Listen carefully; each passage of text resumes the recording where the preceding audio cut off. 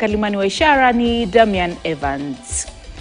Kulishuhudiwa dhiki na balaa katika maeneo kadhaa Nairobi na kwingineko nchini kutokana na mafuriko yaliyosababishwa na mvua kubwa iliyoanza kunyesha Jumapili jioni. Mvua hiyo ilifuatia tahadhari iliyokuwa imetolewa na idara ya utabiri wa hali ya anga nchini kuwa kutashuhudiwa mvua kubwa kuanzia Jumapili hadi Jumanne. Winfrey Owino anaeleza mengi. Hii ndiyo taswira inayoshuhudiwa kwa kawaida kwenye barabara kuu za jijini Nairobi. Hata hivyo, hali ilikuwa kinyume siku ya Jumanne. Barabara za jijini hazikuwa zinapitika, na iwapo mtu angeweza kutembea, misongamano ya magari iliendelea kwa saa nyingi baada ya mvua kunyesha Jumapili usiku na kuendelea hadi Jumatatu. Barabara zilifurika na kusababisha madereva kupunguza kasi, huku maji taka barabarani yakiwatatiza wapita njia kutembea. Wakazi wanasema ajira zao zimo hatarini iwapo serikali haitaingilia kati na kutatua swala la mafuriko jijini. Si mara ya kwanza kukua hivi.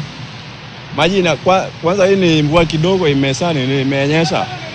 Kama imekuwa mvua nyingi ilikuwa inajanga sana. Lakini hii siweji inasumbua sisi sana kila siku. Kila siku kanjo inakuja hapa inadonga lakini haifanyi chochote. Sasa tunaomba Mr. Sakaja ukuje tutengenezee hii siweji ndio tupate ajira. Ona mkono ni safi tu, hatuna job, na mvua ikinyesha hivi ndio at least unaweza pata kitu ya kuenda nayo kwa nyumba.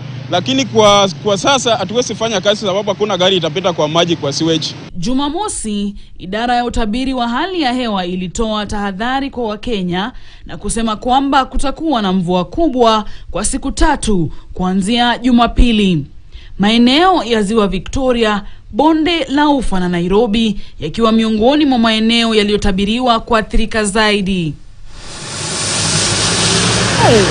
Hii sio mara ya kwanza wakazi wa Nairobi kushuhudia athari za mvua.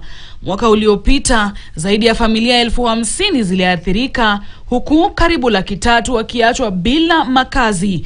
Vifo, uharibifu wa mali na rasilimali na kutatizika kwa huduma ni miongoni mwa athari zilizoshuhudiwa mwaka jana. Winfrey Owino, KTN. Rais William Ruto ameanza mchakato wa kutetea kiti chake siku chache